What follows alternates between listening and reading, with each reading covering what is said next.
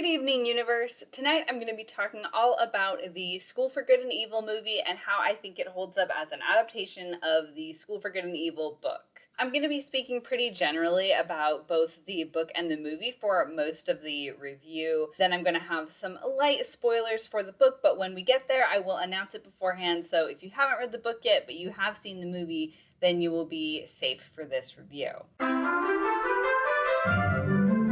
So the basic storyline for both the book and the movie revolves around two girls, Agatha and Sophie. And they live in a small town where there's this legend that children will be stolen away to go to this mystical school, the School for Good and Evil. And there they'll be trained to be either a hero or a villain from a fairy tale. Our story kicks off when the girls are whisked away to the school. Sophie is dropped into the school for evil, and Agatha is dropped into the school for good. In both versions of the story, Sophie insists that there has been a gigantic mistake because she is this beautiful girl who should be a princess. She looks like a classic fairy tale princess and should therefore be in the School for Good. Whereas Agatha is kind of an outcast. She lives in a graveyard. She is not well liked.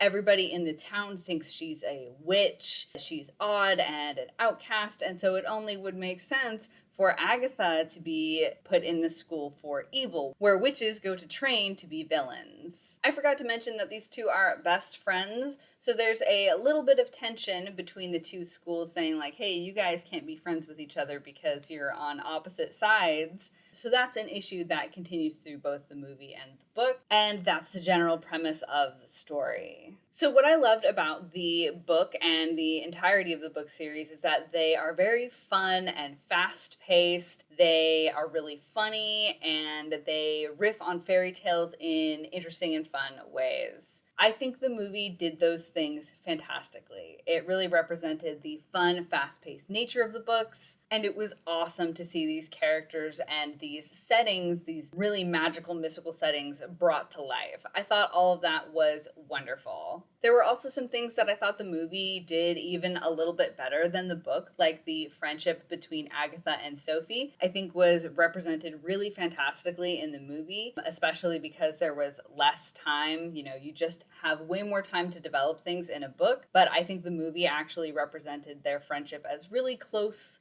really quickly, and I thought that was great. Whereas in the book, there's a little bit of tension between them, even from the beginning. Also, I thought the romance between Agatha and Tedros, the sparks there, I thought that made a little bit more sense.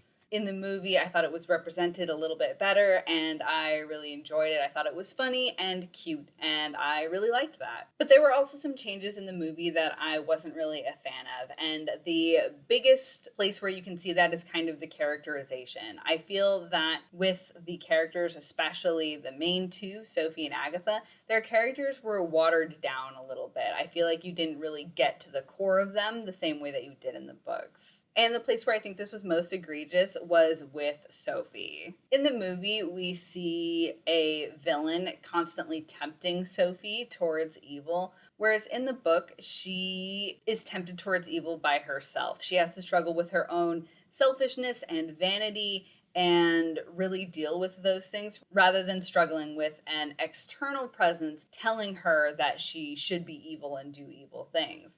I think it's more interesting when Sophie is struggling with her own flaws rather than being told by an outside force that she should be doing these evil things. And I feel like that's an example of what my biggest problem with the movie is, which is that Sophie lost a lot of her agency. In the movie, we see her gifted with special magical abilities by Rafal, whereas in the book, she kind of gains her abilities and her strengths on her own. I also didn't really like that she referred to pre-villain Sophie as pathetic, because in the book, that's not really the sense that I got from her. Right from the first chapter, we get the sense more that she thinks she is too good for the small town that she's from, and that's why she wants to leave. So I didn't really like the portrayal of her being kind of weak and small and thinking of herself that way. That wasn't really the Sophie that I was familiar with from the book. And because Sophie is so central to the story, it kind of lost a lot of the spark that I feel like the book had. It made the narrative, to me, just not quite as interesting as when Sophie is gaining these abilities and Sophie is learning and Sophie is struggling with these villainous thoughts and wants. There were also a couple of scenes specifically from the books that I was so looking forward to seeing brought to life, and that just didn't happen. So I'm going to talk about those now. And this is where we get into kind of spoilery territory for the books because it didn't happen in the movie. So if you want to avoid that, now would be a good time to skip ahead for my overall feeling about this movie.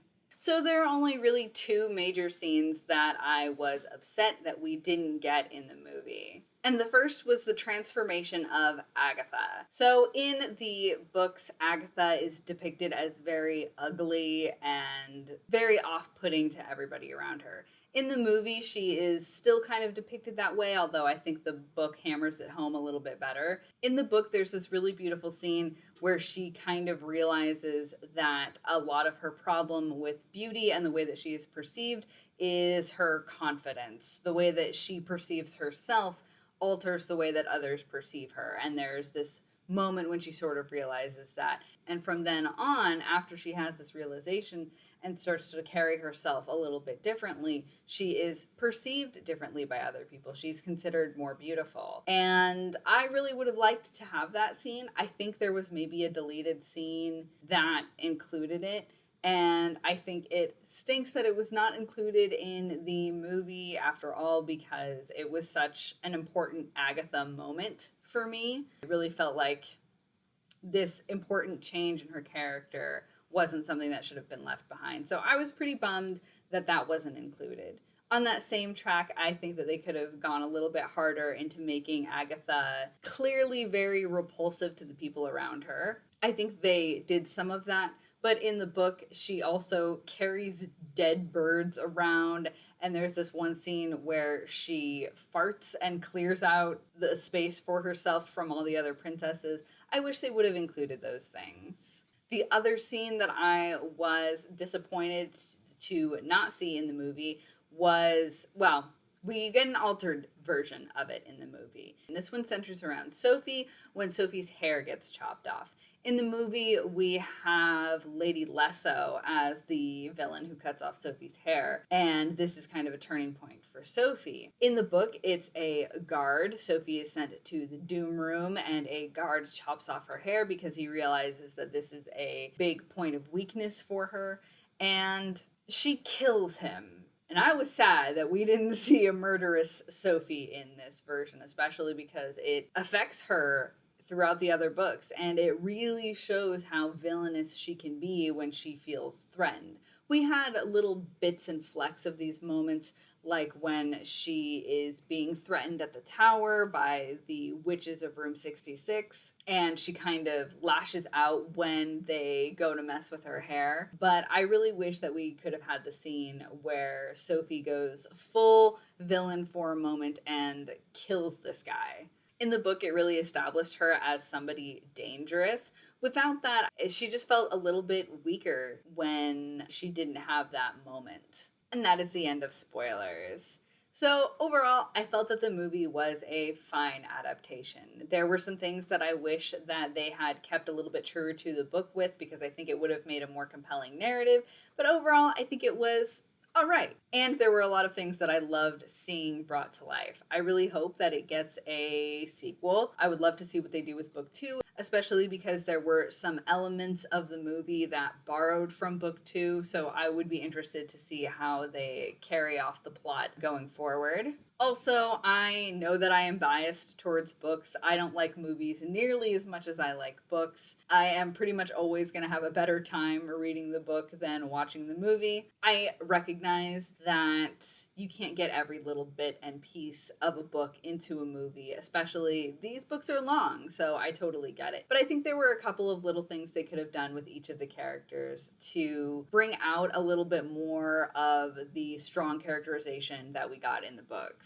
Please let me know what you thought of the movie down below, especially if you are a fan of the books. One thing that I really enjoyed is seeing how excited the author was and how many fans really seemed to enjoy this movie, and I love that. So let me know if you really liked this movie. Like I said, I liked it. I just didn't love it, and I really wanted to.